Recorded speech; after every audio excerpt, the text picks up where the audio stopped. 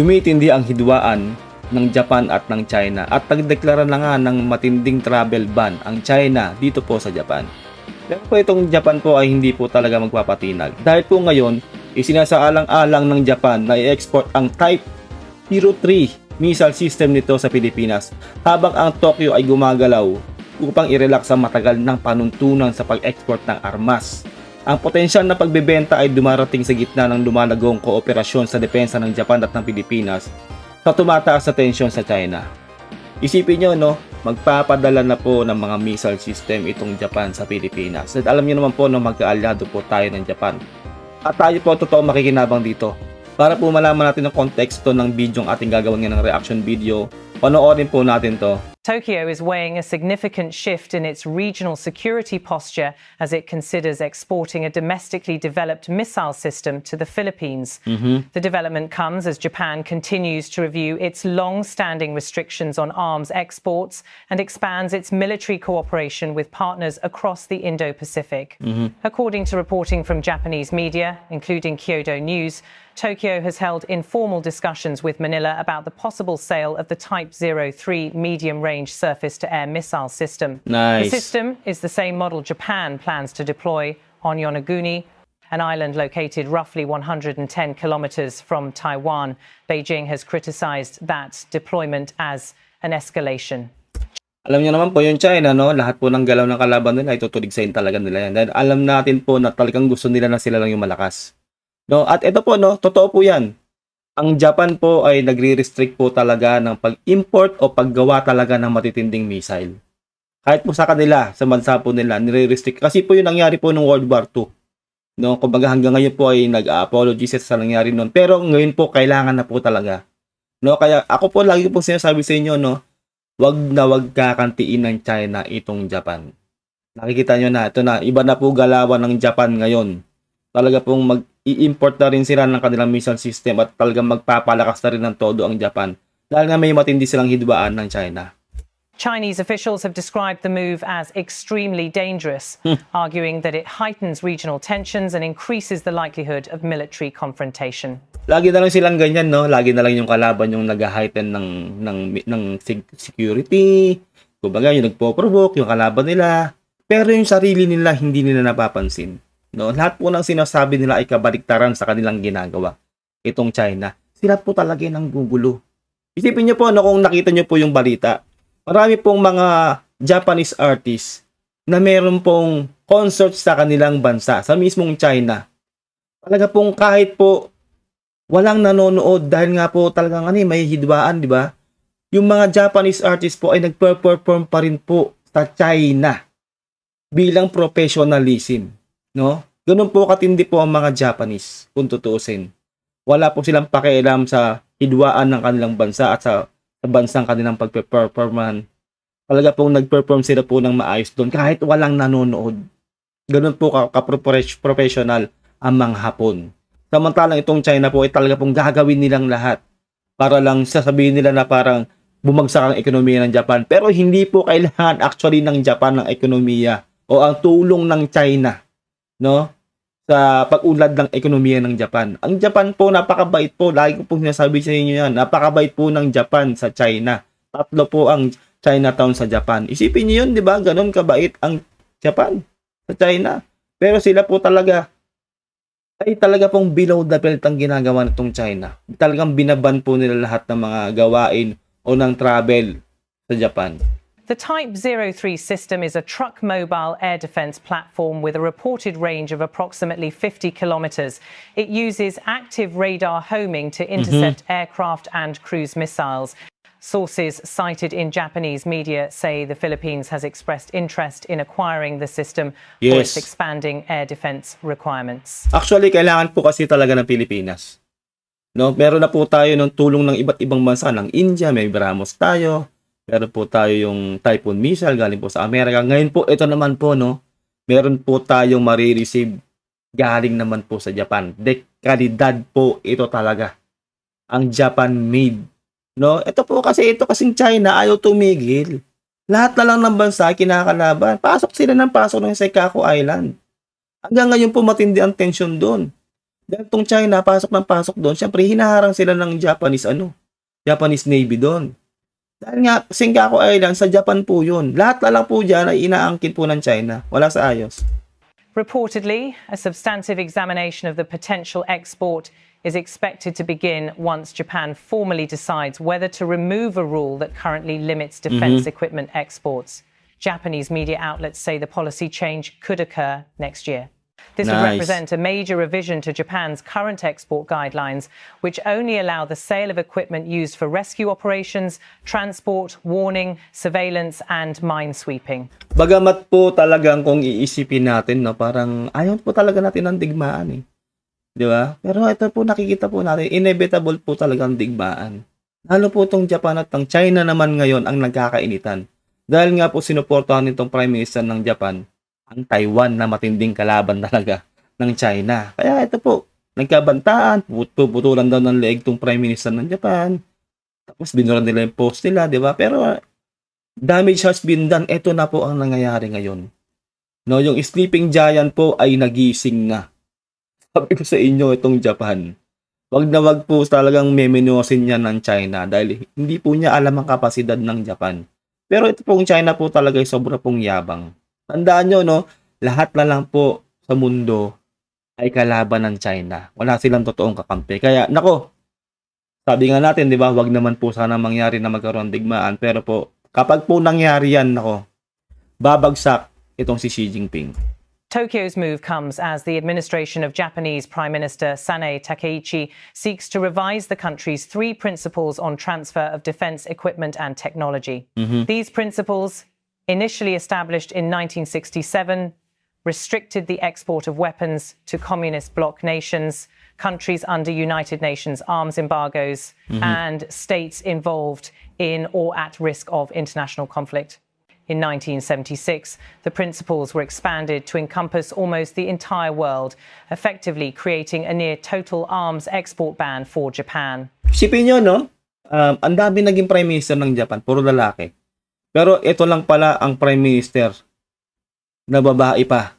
Ang talaga pong gaganyan sa ginagawa ng sasaling, kumbaga, sa ginagawa o sasalag sa ginagawa na yan ng China. Kasi nga po talaga, wala po talaga sa ayos kung tutuusin. No, wala po sa ayos yung ginagawa ng China. Lahat na lang po ay lahat gusto nilang angkinin. Kaya po, ito na po sinasabi ko sa inyo. Darating po talagang panahon o araw na makakahanap ng katapat itong China at talaga pong madudumog to. Wag na wag po talaga magsimula ng digmaan itong China dahil sinasabi ko sa inyo, madudumog talaga sa dami po ng kaaway itong China. In recent years, however, successive governments have moved toward loosening these restrictions. The Takaichi administration has placed particular emphasis on strengthening Japan's defense industrial base and expanding security cooperation with like-minded states. The Philippines has become a key partner in this evolving strategy. Both Japan and the Philippines are close allies of the United States, and both have taken increasingly public positions regarding China's activities in the East and South China Seas. Walang magagawa itong China. Siyempre magkakakampiyan eh, di ba? Magkakaalyado tayo, yung Japan, Amerika at Pilipinas. South Korea, yung mga yan, magkakaalyado yan eh. Talagang kung magpalakas yung mga yan, o talagang magbigay ng mga suporta yan sa isa't isa, wala silang magagawa. Pero itong China talaga, kapag may nangyayaring ganyan, nagigil sila. Kasi po wala nga silang kakampi. Sila po yung antagonist dito. Diba? Sila yung gumagawa ng kagaguhan dyan sa buong South China Sea. Diba po? Sila po yung sakop ng may teritoryo. Kaya sinasabi ko sa inyo, walang magandang kahinat na ng ginagawa nitong China to. Pero sabi nga natin, no, fingers crossed, sana wag matuloy. Dahil wala pong totoong panalo sa digmaan. Pero kung yung literal na digmaan kung mangyayari yan, madudumog po talaga ang China. Real talk yan. At nga lang po, sabi ko nga, destruction po yan ni Mother Earth at marami pong madadamay. Pati po tayo damay dyan. Dahil po, kaalyado po natin mga bansang yan na nakakaaway rin ng China. Nakaaway din natin itong China na pasok ng ating EEC.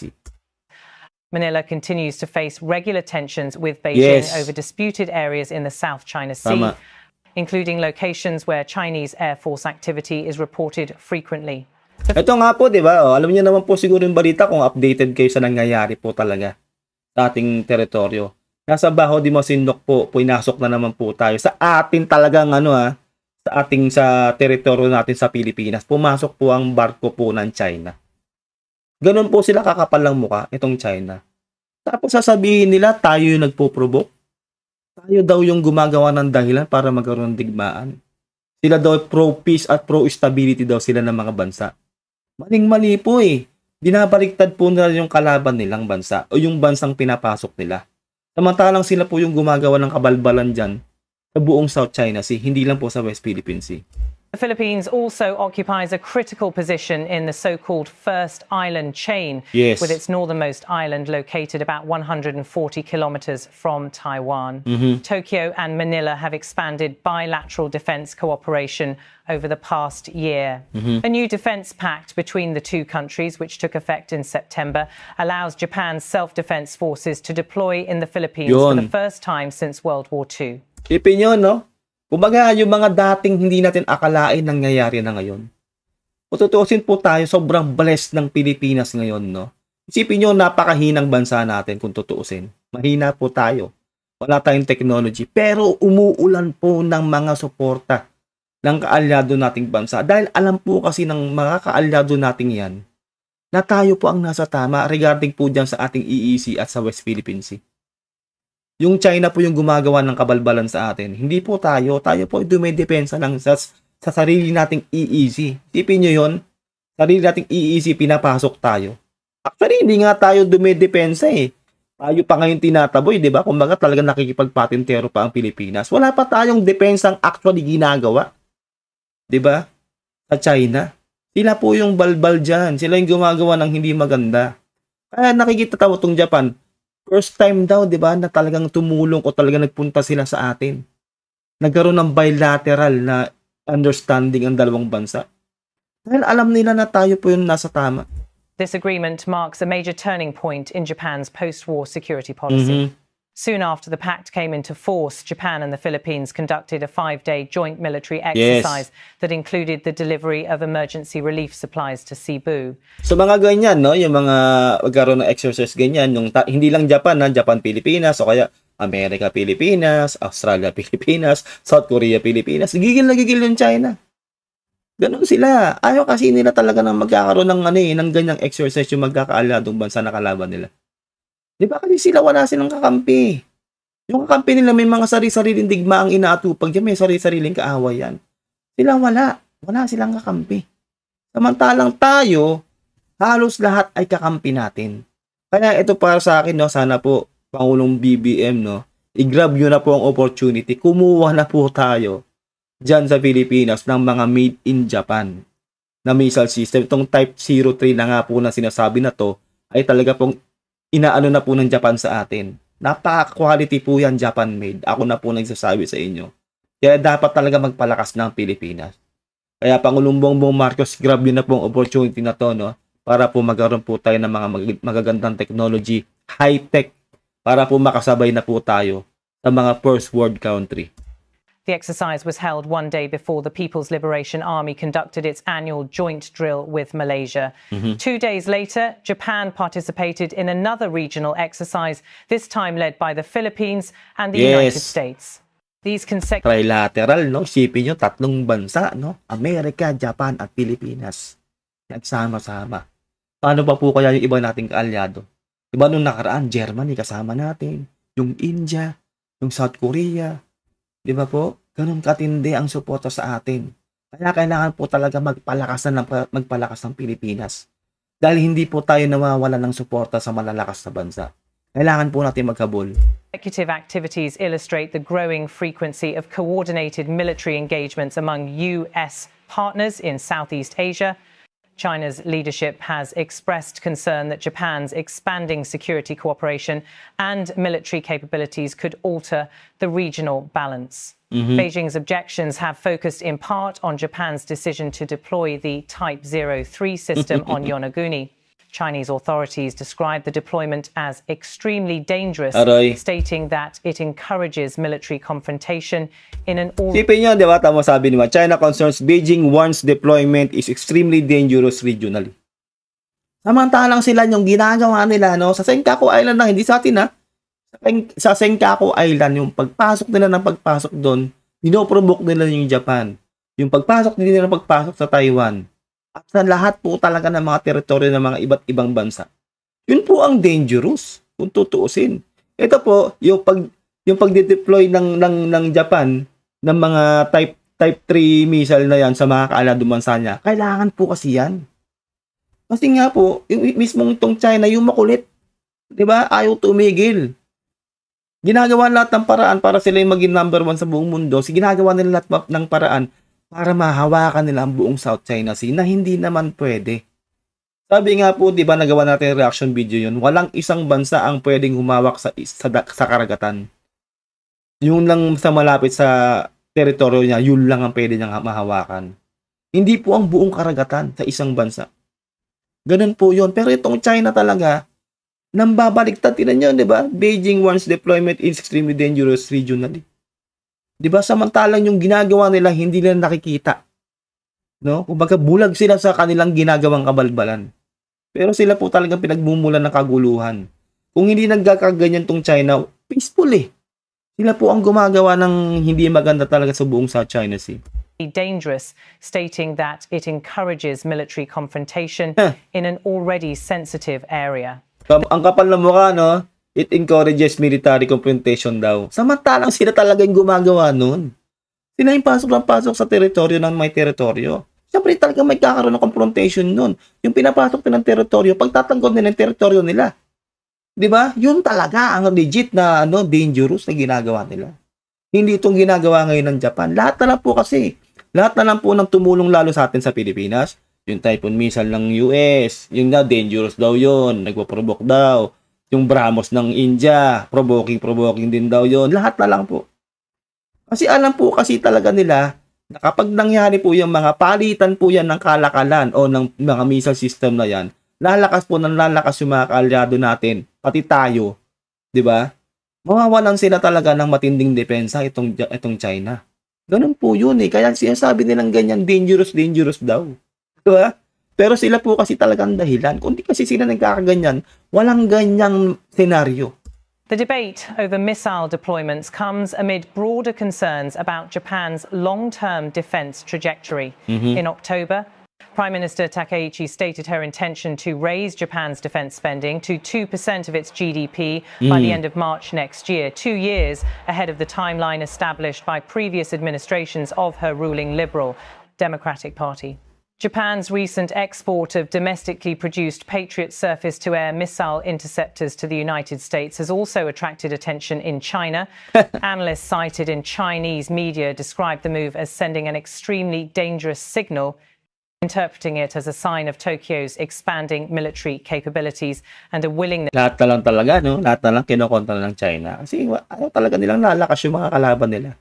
Ganun po yun. Kaya, kumbaga para sa akin, no, gawin lang natin lahat. Lahat ng kalyado natin, gawin nyo lang lahat ng pagpapalakas na yan. Ng mga pagpapalitan ng mga missile system na yan. Kasi po malaking tulong po yan. Para po talagang matapos ang kahibangan nito ni Xi Jinping.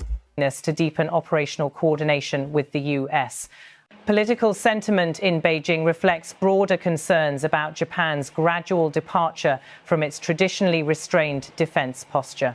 For years, Chinese officials have accused elements within Japan's political right wing of seeking to revise the country's pacifist constitution, alter its non-nuclear policies, and significantly expand its defense capabilities. Wala kayong magagawa. Pinaprovoke nyo yung Japan eh. 'Di ba? Sa Japan, sa China na nanggaling, 'di ba? Binabago daw ng Japan yung policy nila sa defense, 'di ba? Lalo na sa nuclear. Tamo, hindi pa man nagsasabi na talagang ng nuclear itong Japan. Nanginginig na yung betlog ni Xi Jinping, 'di ba? Parang ayaw nila na gagawin daw nila ng Japan 'yon. Sila nagprovoke eh. 'Di ba? Binantaan nila yung Prime Minister ng Japan. Siyempre itong Japan high alert. Ganun lang po 'yun. 'Di ba? Ang tahimik po ng Japan eh. Wala pong ginagawa talaga na ganyang moves eh. Kung hindi nila ginalon yung Prime Minister ng Japan at kung hindi nila ginigipit ngayon yung Japan, hindi gagawa ng ganyan ng moves yung Prime Minister. I-relax nila o talaga pong magdi-deploy na sila ng mga missile system. Tahimik po dati, walang ganyan. Pero itong China talagang pinagmulan ng lahat. Kung di sila nagsimula ng ganyan, hindi kikilos ng ganyan ang Japan. These concerns have grown more pronounced as Japan builds new security partnerships and increases its military budget. The potential missile sale to the Philippines therefore intersects with several regional developments: Tokyo's ongoing review of export restrictions, Manila's growing demand for advanced air defense systems, and China's heightened sensitivity to military activities near Taiwan and within the South China Sea. Tama, isipin nyo, no? Tahimik nung Japan. Ngayon, gumawa ng ganyan. Manginginig ka ngayon, Xi Jinping. Ay, daw, di ba? Kumbaga, alam kasi rin nila. Alam ng China yung kapasidad ng Japan. Sabi nga nila do not poke the bear. Di ba? Tapos may Amerika pa, number 1 na pinakamalakas na kalaban din nila. Paano na? Durug talaga tong China. Japan's missile export consideration also comes at a time when China-Japan relations face a number of political and social flashpoints. Recent months have seen public disputes over online comments, cultural performances, and shifting attitudes among di ba? Oh, di ba? Yung post, di ba? Yung sa puputulang araw na lang itong Prime Minister. Tapos yung pagtatanghal, yung cultural di ba? Yung sinabi ko sa inyo kanina. Totoo 'yun. Yung mga magpe-perform sa Japan na Japanese artists, nag-perform pa rin kahit walang nanonood. Kasi professional sila. Ganun katindi yung ginagawa ng China dito sa Japan. Binaban po nila lahat. Pero itong Japan, syempre professional itong mga artists ng Japan, pumunta pa rin sila ng China para mag-perform. Kasi bayad sila eh. 'Di ba? Naka-ano na 'yan eh, kumbaga naka-schedule na 'yan eh. Hanapin niyo na lang po, no, hindi ko na lang po ilalagay dito. Kalat na po sa social media 'yon. Ang daming artist ng Japan na nag-perform pa rin sa China kahit yung mga Colosseum, no? Coliseum sa China ay walang nanonood. O ilan lang po yung nanonood. As in, gapatak lang ng ulan yung nanonood. Pero nag-perform pa rin din po doon mga Japanese artists. Ganun po sila ka-professional. Wala silang pakialam sa hidwaan ng mga bansa nila. Kasi po artist ka eh. Samantalang itong China, ginagawa ang lahat para talagang ibagsak itong Japan. Nag-travel ban sila. Kala nila mapipila ang ekonomiya ng Japan dahil nag-travel ban sila dun sa Japan. Pero hindi po. Grabe pa rin po ang ekonomiya ng Japan. Kung alam nyo lang po, dito po sa Japan, quality lahat, hindi naapektuhan. Dahil marami pa pong ibang turistang pumupunta dito sa Japan. Yun po yun. Kaya wag memenyosin talaga ng China itong Japan. Ganun lang po yun. Chinese consumers toward Japanese products. At the political level, Chinese authorities have responded sharply to comments from Japanese leadership regarding Taiwan, describing some statements as provocative and destabilizing. Provocative daw yun. Dito po kasi nagsimula yun. Kasi sinuportahan po kasi ng Prime Minister ng Japan yung Taiwan. Siyempre, merong kalayaan na magpasya ang Japan kung sinong susuportahan niya. 'Di ba? Ngayon, itong si China, ayan. Siyempre, walang kakampi. 'Di ba? Samantalang itong Japan sumuporta sa Taiwan, ayun, binantaan nila itong Prime Minister. Ayan na, doon na po nag-escalate ang lahat. Yun po yun. No? Hindi naman pwede magpadikta tong Japan. Siyempre, kahit sino. Hindi po magpapadikta yan. Alam naman po natin kung gaano katindi po ang Japan. No, kaya ito na po ang nangyayari ngayon. Kaya meron pong gantong matinding pagpe-prepare ng Japan, Pilipinas at Amerika at iba pa pong kaalyado ng Japan at ng Pilipinas at ng Amerika. Ngayon po itong China, talaga pong wala na pong ibang sasabihin kundi provocative at talaga pong dangerous ang ginagawa ng lahat ng kanilang kalaban. No, lalong-lalo na po ngayon mainit sila dito po sa Japan. In one recent case, Beijing responded critically to remarks by Japan's Prime Minister concerning Taiwan, saying the comments contributed to rising concerns about potential nuclear posture shifts in Japan. Beijing has also stated that U.S. military decisions involving Japan, including the recent removal of certain American missile systems, reflect broader strategic tension between China and the U.S.-Japan alliance. The Philippines' interest in Japan's Type 03 system comes as Manila continues to modernize its defense capabilities. Yes, diba? Continue to modernize our capabilities sa Pilipinas. Ganyan po si Pangulong Bongbong Marcos ngayon. Puro trabaho talagang ginagawa niya lahat para ma-modernize po lalo-lalo pa ang ating sandatahang lakas sa Pilipinas. Di ba po? Kaya supportahan po natin si Pangulong Bongbong Marcos. Dahil hindi po natin kailangan walang bahala dito. Meron po talaga tayong kalaban, meron pong talagang gustong umangkin ng teritoryo natin at yan ang China. Kailangan po natin magpalakas para kung magkanda leche-leche po at magkaroon po talaga ng digmaan, kahit papaano po ay handa sana tayo. Kailangan na po talaga magpalakas ng Pilipinas. Hindi po pwede mag-sitting pretty. Totoo yan. The country faces persistent pressure in the South China Sea, where it disputes several maritime features with China. Philippine officials have emphasized the need to expand air defense and maritime surveillance capacities, especially in light of incidents involving Chinese vessels in contested waters. The Type 03's reported ability to intercept low-flying aircraft and cruise missiles could support Manila's efforts to strengthen air defense coverage across multiple islands. Sana talaga, no? Sana talaga magkaroon ng Pilipinas ang Type 03 na yan. Nagaling po ng Japan. Kailangan po ng Pilipinas ng depensa. Isipin nyo, depensa po yan, hindi po opensa. Tayo po ay depensa lang sa ating teritoryo. No? Lalong-lalo na po doon sa BRP Sierra Madre. Kailangan po magkaroon po talaga ng matinding depensa doon. Dahil po bantayog natin yun, bantay po natin yun doon sa ating teritoryo.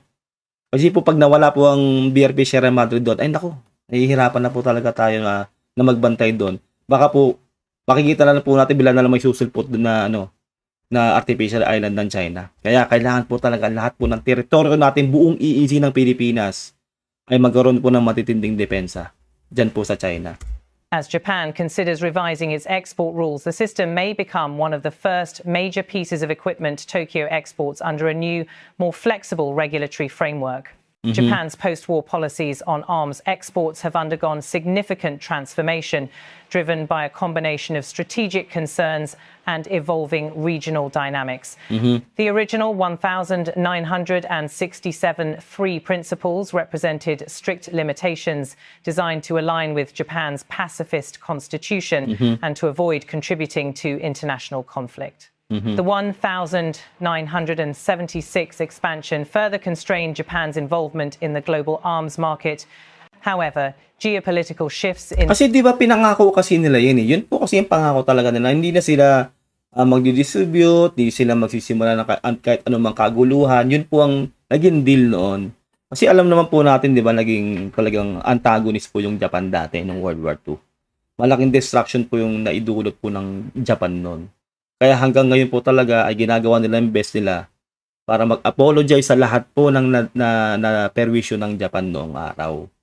No, pero po ito ngayon po na medyo binabali na nila yung sitwasyon kasi meron ngang threat dito sa China na hindi sila mag-i-import ng kahit anong missile system o sa datahang lakas. Pero kailangan po kasi hindi po pwedeng tutulog-tulog tong Japan din. Nakita nyo malakas po ang Japan.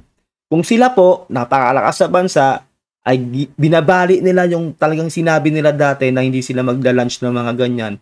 Kung kailangan, di ba? Kailangan na po kasi.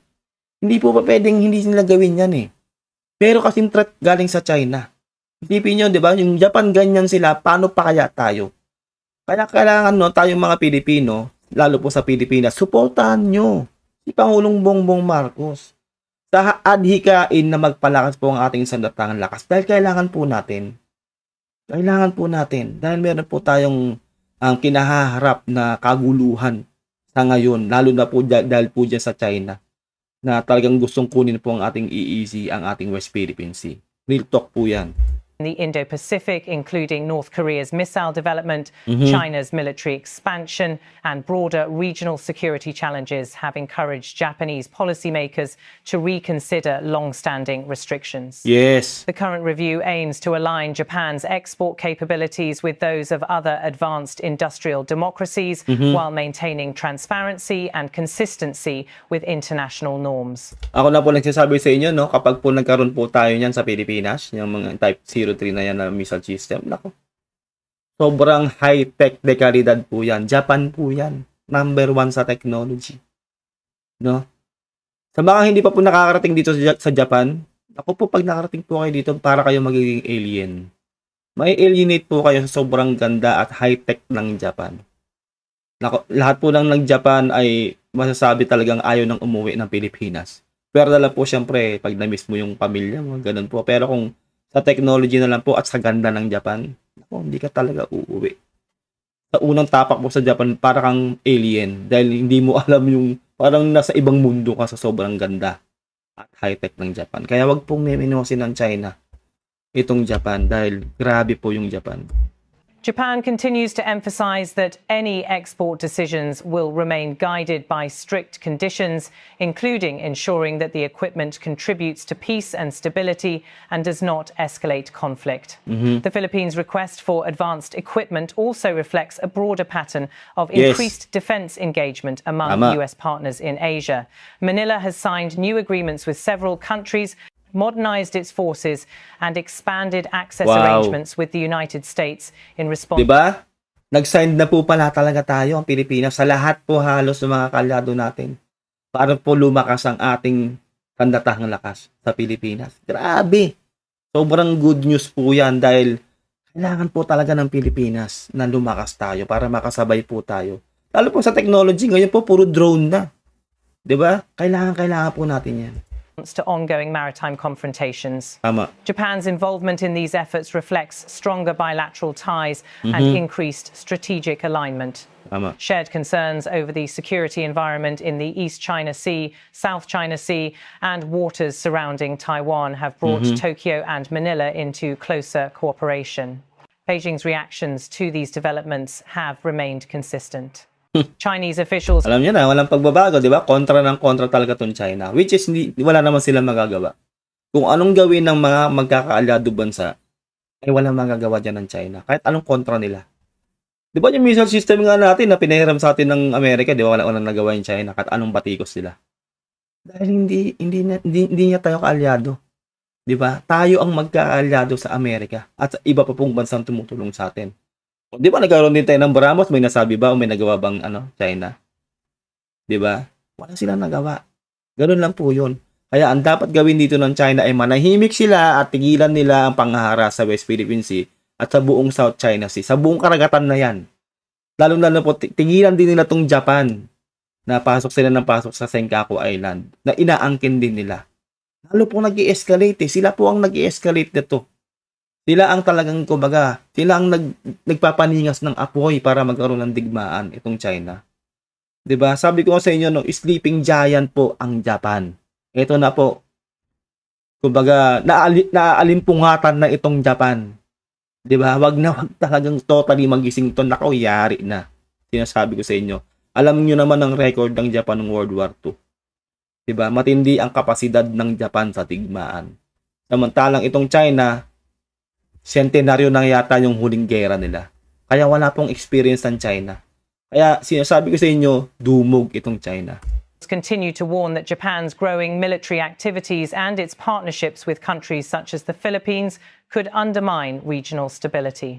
China's leadership has also expressed apprehension that Tokyo is moving further away from its post-war commitments, particularly as it increases military spending and expands international defense engagement. Despite the criticism, Japan has emphasized that its actions are defensive in nature and consistent with international law.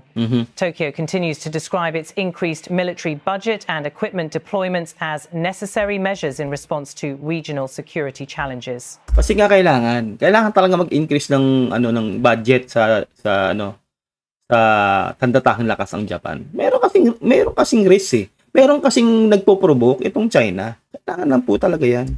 As regional dynamics evolve, the intersection of Japan's export policy review, the Philippines' air defense modernization, and China's growing concerns over military activity near Taiwan is shaping a complex strategic environment. Each development feeds into broader questions about deterrence, alliance behavior, and the future of security cooperation in the Indo-Pacific. Japan's potential export of the Type 03 system remains under consideration. Formal study is expected to begin once Tokyo finalizes its decision on revising the defense equipment export rule.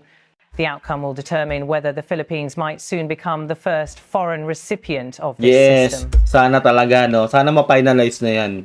Kasi kailangan po natin talaga sa Pilipinas. Kapag meron na tayong nagkaroon tayong Typhoon missile system para from US, Brahmos from India, ngayon po magkakaroon po tayo ng Type 03 mula sa Japan. At syempre po yung mga barko natin, no, alam niyo naman po yun, yung mga dumating nung nakaraan lang, ay galing po yun sa South Korea. At sinabi ko nga rin sa inyo na good news na magkakaroon po tayo ng sariling factory natin ng ammunition, no, sa Subic Bay. At magkakaroon din po tayo ng sarili nating drone, pagawaan ng factory ng drone Philippine made. No, ganun na po ang pagpapalakas ng Pilipinas dahil nga po meron tayong kinahaharap na talagang matinding dilubyo dahil dito sa panggugulo ng China. Growing coordination between Japan, the Philippines, and the United States Yes. continues to draw scrutiny from Beijing. At the same time, China's military engagement with regional partners, including Malaysia, reflects an increasingly active security presence across Southeast Asia. Isipin niyo, 'di ba? Isipin niyo, marami ring kaalyado itong China, 'di ba? Alam niyo naman Germany, Russia, North Korea at yung mga bansang may mga matinding utang sa kanila. Pero walang nagre-react, 'di ba? Sa ginagawa ng mga kaalyado nating bansa ng India, ng Japan, ng Amerika, ng South Korea, 'di ba? Walang nagre-react diyan sa collaborative na ugnayan na 'yan ng pagpapalitan ng missile system. Tanging China lang. 'Di ba? Alam kasi talaga nila na yung China yung mali dito.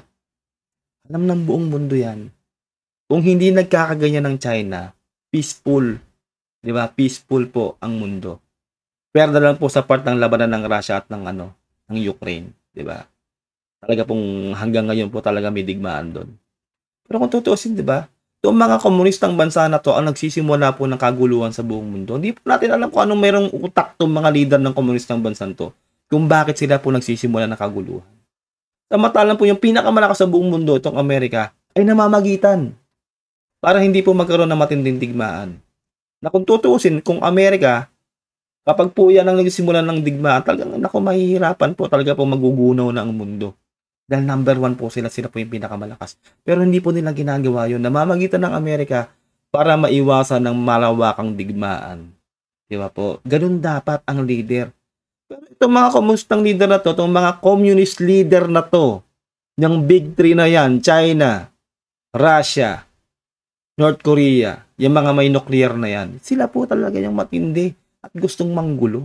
Hindi po natin alam kung bakit krung-krung yung mga leader na yan. As each country weighs its strategic priorities, military planning, and diplomatic relationships, the evolving situation illustrates the shifting balance of power in the Indo-Pacific. Tokyo's emerging export strategy, Manila's defense modernization efforts, and Beijing's warnings will remain central to regional security debates. The situation continues to develop as Japan reviews its export restrictions and regional states assess their defense needs. Ito po yan, no? Asahan na po natin na mangyayari yan. No? Inevitable po yan. Mangyayari po yan. Talaga pong lalagdaan po yan ni Prime Minister. Talaga pong mag-export po yan. Hindi lang po sa Pilipinas. Sa lahat po ng mga kaalyado natin. Diyan regarding dyan sa issue ng China. Lalo po sa Taiwan. Yung Type 03, marireceive po yan ng Pilipinas. Sana po talaga.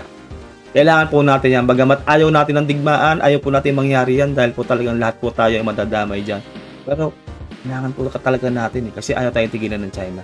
Yun lang po, sana nagustuhan nyo po ating reaction video. Mag-comment ka sa baba kung ano sa loobin mo sa nangyayari po ngayon sa mundo. Lalo na po sa hidwaan na to ng China, ng Japan. Anong komento mo? Lagay mo sa baba. Huwag mo rin kadilimutan mag-subscribe dito po sa ating channel. Maraming salamat. Until next time, God bless and peace out.